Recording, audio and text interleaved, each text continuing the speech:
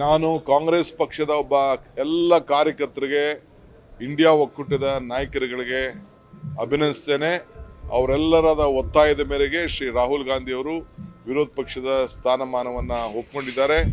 ಮಲ್ಲಿಕಾರ್ಜುನ್ ಖರ್ಗೆ ಅವರು ಮತ್ತು ACC ನಮ್ಮ ಕೋಆರ್ಡಿನೇಷನ್ ಸಮಿತಿಯ ಅಧ್ಯಕ್ಷರು ಏನಿದ್ದಾರೆ ಸೋನಿಯಾ ಗಾಂಧಿಯವರು, ಅವರು ಕೂಡ ಒತ್ತಡವನ್ನು ಮಾಡಿ ಇವತ್ತು ಅವರಿಗೆ ಜವಾಬ್ದಾರಿಯನ್ನು ಕೊಟ್ಟಿದ್ದಾರೆ.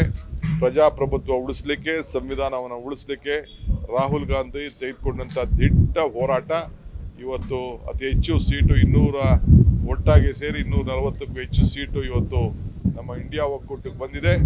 ಎಲ್ಲರ ಪರವಾಗಿ ಅವ್ರಿಗೆ ಅಭಿನಂದಿಸ್ತೀನಿ.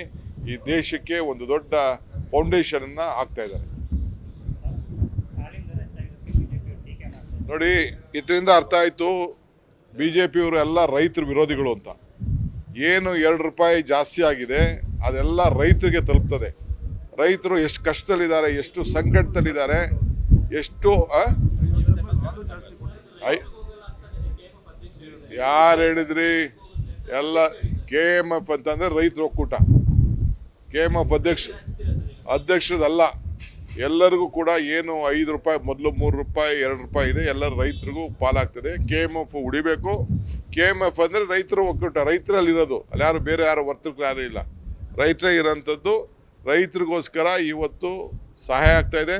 ಇನ್ನು ನನ್ನ ಪ್ರಕಾರ ಇನ್ನೂ ಜಾಸ್ತಿ ಮಾಡಬೇಕಾಗಿತ್ತು. ನಾನು ಹೇಳ್ತಾ ಇದ್ದೀನಲ್ಲ, ಯಾರು ಬೇಕಾದ್ರೆ ಕಾಂಟ್ರವರ್ಸಿ ಮಾಡಲಿ, ಯಾರು ಬೇಕಾದ್ರೆ ಬರಲಿ, ಎಲ್ಲ ರೈತನ ಕೇಳಲಿ. ರೈತರ ಪರಿಸ್ಥಿತಿ ಎಲ್ಲ ಇದನ್ನೆಲ್ಲ ಮಾರ್ಕೊಳ್ತಾ ಇದ್ದಾರೆ, ಹಸುಗಳನ್ನೆಲ್ಲ ಮಾರ್ಕೊಳ್ತಾ ಇದ್ದಾರೆ ಸಾಕಾಗದೆ. 10, 20 ನಿನ್ನೆ ತಾನೇ ಮಂಗಳೂರಿನ ನಮ್ಮ MLAಗಳು ಅವರೆಲ್ಲ ಸಿಕ್ಕಿರು ನನಗೆ. ನಮ್ಮ ಅಶೋಕ್ ರೈ ಹೇಳ್ತಾ ಇದ್ದ, ಅವ್ರ ಮನೇಲಿ ಎಷ್ಟೋ ಹಸುಗಳಿತ್ತಂತೆ, ಈಗ 2 ತೀರಿಸ್ಕೊಂಡಿದ್ದಾರಂತೆ. ಯಾರೂ ತಡ್ಕೊಳಕ್ಕಾಗ್ತಾ ಇಲ್ಲ.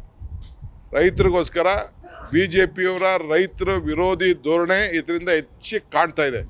ಅವರೇ ಒತ್ತಾಯ ಮಾಡಬೇಕಾಯ್ತು. ಅಮೂಲಲ್ಲಿ ಎಷ್ಟಿದೆ, ಮಹಾರಾಷ್ಟ್ರದಲ್ಲಿದೆ ಎಷ್ಟಿದೆ, ಬೇರೆ ರಾಜ್ಯದಲ್ಲಿ ಎಷ್ಟಿದೆ, ಫಸ್ಟು ಅದನ್ನು ತಂದು ನೋಡಲಿ.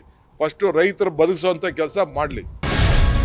ಗ್ಯಾರಂಟಿ ನ್ಯೂಸ್, ಸುದ್ದಿ ಖಚಿತ, ನ್ಯಾಯ ನಿಶ್ಚಿತ.